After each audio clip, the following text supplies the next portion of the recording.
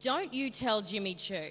Don't you tell Sergio Rossi, and for God's sake, don't tell Manolo Blahniks there's no room for heels in the boardroom. Number one, they won't believe you. And number two, they'd be right not to. Let me just make one thing clear today, ladies.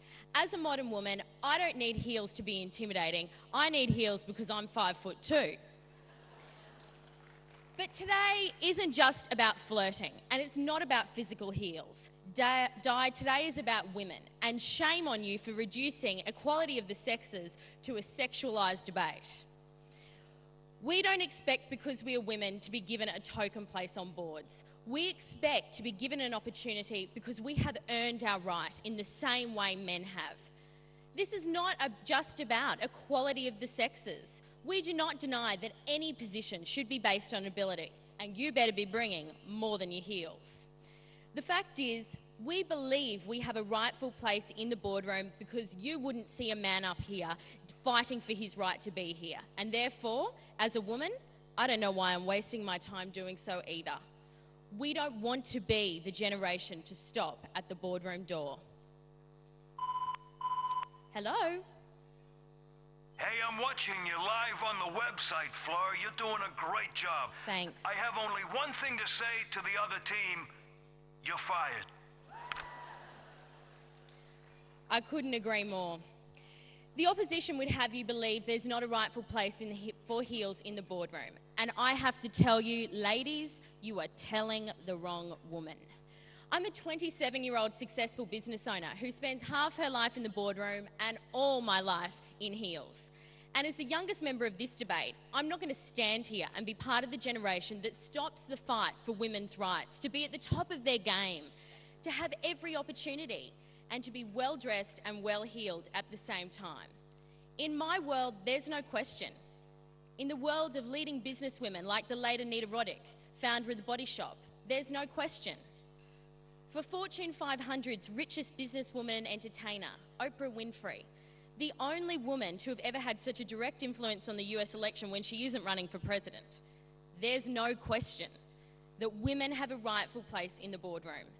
If we don't continue to make a stand, we are letting down the women in history who, as Jenny has already discussed, have fought for our rightful place and paved the way so that in 2008, I stand here today on this stage as a woman who knows I have a rightful place in any boardroom, and ladies and gentlemen, I'm damn proud of it.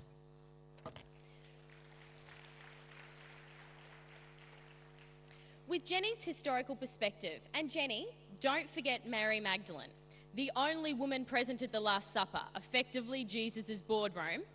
If these aren't enough strong examples of women who have fought for a rightful place, then let's talk about where we are today. We know we have a rightful place in the boardroom, but if we give up the fight today, it's a dismal situation for my generation. It's a dismal situation for our daughters and the generations that will follow them. We still have so far to go to see us in a situation where women are represented in the same way that men are. In 1995, only 9.6% of people on Fortune 500 companies were women. In 2007, this figure has only risen to 14.6%. At this rate, it will take 73 years to see a 50-50 equation. In 73 years, I'm going to be 100. Hopefully I'll still be wearing heels. Hopefully I'll still be here. We can be the generation to see this situation improve.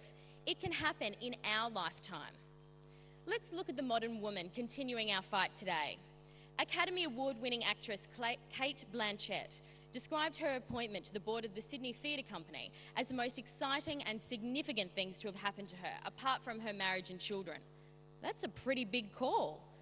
I dare say Kate also appreciates how important the female presence is in the boardroom, and just how important she's also going to be to Kevin Rudd in assisting him picking the 1,000 Australians for his forum. Condoleezza Rice, the US Secretary of State. But before this, she was also a member of the board of directors for the Chevron Corporation, the Charles Schwab Corporation, the William and Flora Hewitt Foundation, the University of Notre Dame, the International Advisory Council of JP Morgan. Ladies and gentlemen, the list goes on.